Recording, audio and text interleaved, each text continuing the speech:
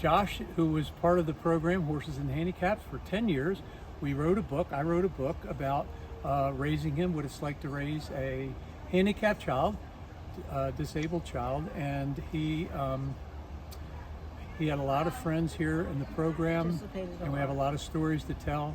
And it's great stories, but it also hopefully would be instructive for parents and relatives who are dealing with all the challenges of raising or having a kid with disabilities in your family. If you search Richard T. Bond books, it's on Amazon. There's a couple others in there, but that's the one with Josh. Okay, great. Good. Thank you. Yes. Here, can you move your hand there a little bit so I can see okay. There we go.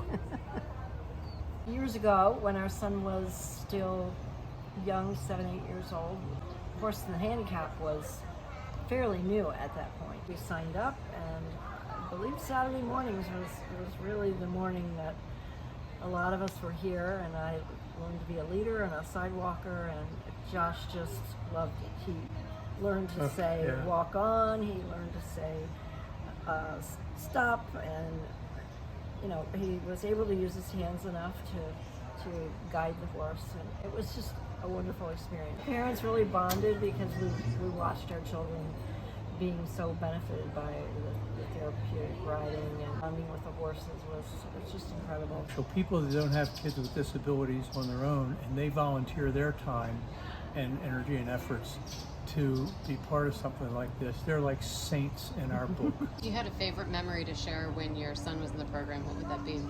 There were several, because he was mentally impaired. He was not where he should have been at his age, but when we could tell him to walk on to the panther or walk on to the butterfly, and he was reading, I had taught him to read, but his speech wasn't available.